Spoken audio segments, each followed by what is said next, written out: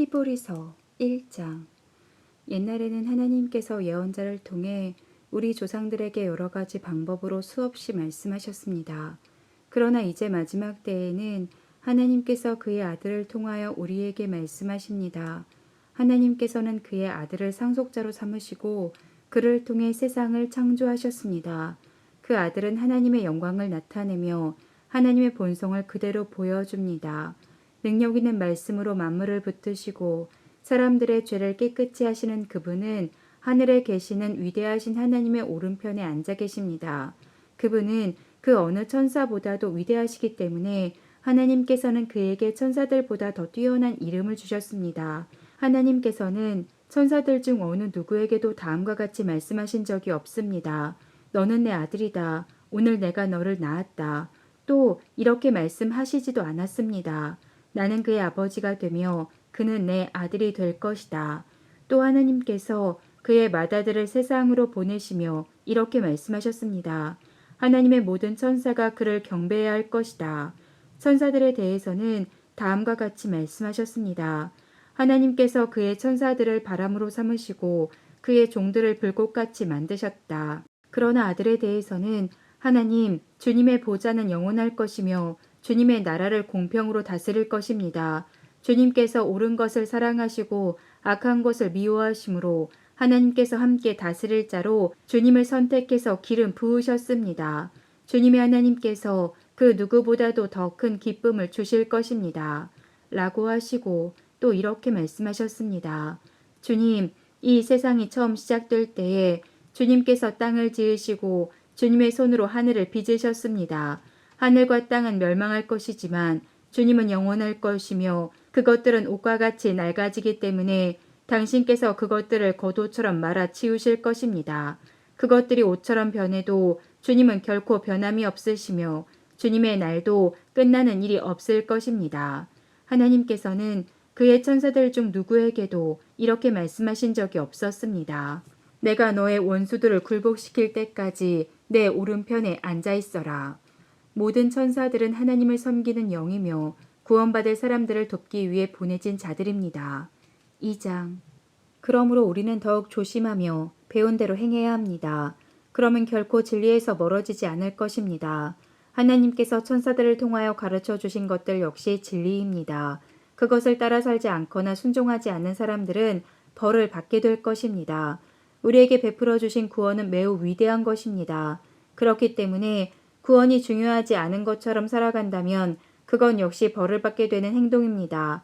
구원에 대해서 처음 말씀하신 분이 바로 주님이시며 또한 그의 말씀을 들은 사람들이 이것이 진실이라고 우리에게 증명해 주었습니다. 하나님께서도 기적과 큰 표적과 많은 놀라운 일들을 통하여 우리에게 구원을 가르쳐 주셨습니다. 특히 그의 뜻대로 우리에게 성령의 선물을 나누어 주셔서 구원을 증언해 주셨습니다. 하나님께서는 천사들에게 앞으로 맞이할 새 세상을 다스리라고 하지 않으셨습니다. 성경에도 누군가가 이렇게 말한 것이 기록되어 있습니다. 사람이 무엇이길래 이렇게 중요하게 생각하시며 사람의 아들이 누구이길래 이렇게 귀하게 돌보십니까? 하나님께서는 잠시 동안 그를 천사보다 낮추셨으나 영광과 존귀의 관을 그에게 다시 씌우시고 모든 것을 그의 발 아래 두셨습니다. 하나님께서 모든 것을 그의 발 아래 두시면 그가 다스리지 못할 것이 하나도 없습니다. 하지만 우리는 아직도 그가 모든 것을 다스리는 것은 보지 못하고 있습니다. 그러나 우리는 예수님을 바라봅니다. 잠시 동안 예수님은 천사들보다 낮아지셨지만 고난당하고 죽으심으로 영광과 존귀의 관을 쓰셨습니다. 예수님은 하나님의 은혜로 모든 사람을 대신하여 죽으신 것입니다. 하나님은 모든 것을 창조한 분이시며 그분의 영광을 위해 모든 것을 돌보십니다. 하나님께서는 많은 믿음의 자녀들이 그분의 영광을 함께 누리게 되길 바라셨습니다. 그래서 사람들을 구원하시기 위해 고난을 통해서 예수님을 완전한 구원자가 되게 하신 것입니다. 사람들을 거룩하게 하신 예수님과 거룩하게 된 사람들은 모두 한 가족입니다. 그렇기 때문에 그분은 그들을 한 형제라고 부르는 것을 부끄러워하지 않으셨습니다. 예수님께서 말씀하셨습니다. 내가 내 형제들에게 주님의 이름을 알리고 주님을 경배하러 모인 군중들 앞에서 주님을 찬양하겠습니다. 또 말씀하셨습니다. 내가 하나님을 신뢰합니다. 그리고 다시 말씀하셨습니다. 내가 여기 있습니다. 그리고 나와 함께 있는 사람들은 하나님께서 나에게 주신 자녀들입니다. 이 자녀들은 모두 살과 피를 가진 사람들이기 때문에 예수님도 그들과 같은 모습으로 사람들이 겪는 것과 똑같은 것을 겪으셨습니다. 예수님께서는 죽음의 권세를 가진 마귀를 멸망시키기 위하여 죽으셨고 또한 죽음에 대한 두려움에 사로잡혀 사는 사람들을 자유롭게 하기 위해 사람과 같은 모습으로 죽으셨습니다. 예수님이 돕고자 했던 자들은 분명히 천사들이 아니라 아브라함의 후손인 사람들입니다. 그러므로 예수님께서는 모든 면에서 사람과 똑같이 되셨습니다. 예수님께서는 하나님을 섬기는 자비롭고 신실한 대제사장이 되셔서 그들의 죄가 용서받을 수 있게 해주셨습니다. 주님은 시험 받는 자들도 도와주실 수 있습니다. 왜냐하면 예수님께서 직접 고난당하고 시험을 받으셨기 때문입니다. 3장. 그러므로 거룩한 형제 여러분, 예수님에 대해서 깊이 생각하십시오. 여러분은 모두 하나님께서 부르신 사람들입니다. 하나님께서 우리에게 보내신 예수님은 우리 믿음의 사도이며 대제사장이 되십니다. 하나님의 집에서 모세가 그분이 바라시는 대로 충성을 다했던 것처럼 예수님도 하나님께 충성하였습니다. 집을 지은 사람이 집 그 자체보다 더 존귀한 것처럼 예수님 역시 모세보다 더 큰 영광을 받으실 분입니다. 어느 집이든 그 집에 주인이 있듯이 모든 것의 주인은 하나님이십니다. 모세는 하나님의 집에서 종으로 충성하였습니다. 또 그는 하나님께서 앞으로 말씀하시려는 것들을 전하였습니다. 그러나 그리스도는 하나님의 집을 맡은 아들로서 충성하였습니다. 우리가 만일 믿음 위에 굳게 서서 큰 소망을 가진 것을 자랑스럽게 생각한다면 우리는 하나님의 가족입니다. 그러므로 성령님도 이렇게 말씀하셨습니다. 오늘 그가 하시는 말씀에 귀를 기울여라. 이전에 광야에서 하나님을 시험하던 것처럼 고집을 부리지 마라. 너희 조상들은 광야에서 40년 동안 내가 한 일을 보았다. 그러나 그들은 나를 떠나고 나의 인내를 시험하였다. 내가 분노하여 그들이 내게 충성하지도 않고 나의 길도 이해하지 못하는구나 라고 말했으며 내가 노하여 맹세하기를 그들은 안식처가 될 약속의 땅에 결코 들어오지 못할 것이다 라고 하였다. 그러므로 형제 여러분, 그 어느 누구라도 악한 생각을 품거나 믿음을 소홀히 하지 마십시오. 그런 마음은 살아계신 하나님을 따르는 데 방해가 될 뿐입니다. 오히려 오늘이라고 부르는 이 시간에 서로를 더욱더 격려하십시오. 죄와 속임수로 마음이 완고해지는 사람이 없도록 서로서로 돕기 바랍니다. 우리가 처음에 가졌던 굳은 믿음을 끝까지 지키면 그리스도 안에서 모든 것을 함께 누리게 될 것입니다. 이것이 바로 성경에서 말하고 있는 것입니다. 오늘 그가 하시는 말씀에 귀를 기울여라. 이전에 광야에서 하나님을 시험하던 것처럼 고집을 부리지 마라. 하나님의 음성을 듣고도 따르지 않던 사람이 누구였습니까? 모세를 따라 이집트에서 나온 사람들이 아니었습니까? 또 하나님께서 40년 동안 누구에게 분노하셨습니까?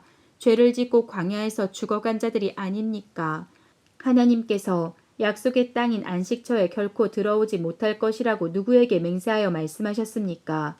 그에게 순종하지 않은 사람들을 두고 하신 말씀이 아닙니까? 우리는 그들이 믿지 않았기 때문에 하나님께서 약속하신 안식처에 들어가지 못했다는 것을 알 수 있습니다. 4장. 이제 하나님의 안식처에 들어갈 수 있는 약속이 아직 우리에게 남아 있습니다. 그러므로 모두 조심하여 우리 중에서 그곳에 들어가지 못하는 사람이 없도록 해야 할 것입니다. 우리도 그들과 마찬가지로 복음을 들었습니다. 다만 그들은 복음을 들을 때에 그 말씀을 믿음으로 받지 않았기 때문에 유익을 얻지 못한 것입니다. 그러나 믿는 우리들은 하나님의 안식에 들어가서 쉴 수 있습니다. 이것은 하나님께서 말씀하신 것과 같습니다. 그러므로 내가 분노하여 맹세하기를 그들은 결코 안식처가 될 내 약속의 땅에 들어오지 못할 것이다. 하지만 세상이 창조될 때부터 이 일은 이미 이루어졌습니다. 일곱째 날에 대해서는 성경에 이렇게 기록되어 있습니다. 일곱째 날에 하나님께서 그의 모든 일을 끝내고 쉬셨다. 그리고 다시 하나님께서는 그들이 결코 내 안식처에 들어오지 못할 것이다. 라고 말씀하셨습니다. 하나님의 안식처에 들어가 안식을 누릴 사람들이 남아 있다는 것은 확실합니다. 그러나 구원의 소식을 처음 들었던 그 사람들은 불순종했기 때문에 그곳에 들어가지 못하였습니다. 하나님께서는 오랜 시간이 지난 후 다윗을 통하여 어떤 날, 즉 오늘날을 예비하시고 다음과 같이 말씀하셨습니다. 오늘날 그의 말씀에 귀를 기울이고 고집을 부리지 마라. 이제 우리는 여호수아가 백성들을 하나님의 안식처로 인도하지 못했다는 것을 알 수 있습니다. 만일 그랬다면 하나님께서 후에 다른 어떤 날을 예비하실 필요가 없었을 것이기 때문입니다. 이것을 통해 우리는 아직 하나님의 백성을 위한 안식이 남아 있다는 것을 알 수 있습니다. 하나님께서 주시는 안식을 누릴 사람들은 하나님께서 자기 일을 쉬셨던 것처럼 모든 일에서부터 자유롭게 편안히 쉬게 될 것입니다.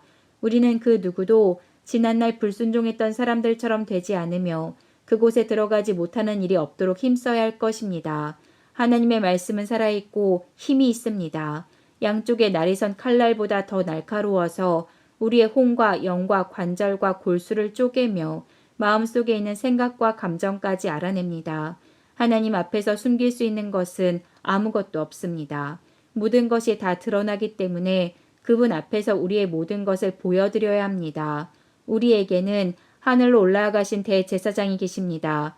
그분은 바로 하나님의 아들 예수님이십니다. 그렇기 때문에 우리는 우리의 믿음을 굳게 지켜야 합니다. 우리의 대제사장은 우리의 연약한 부분을 알고 있습니다. 이 땅에 계실 때 그분은 우리와 마찬가지로 시험을 받으셨습니다.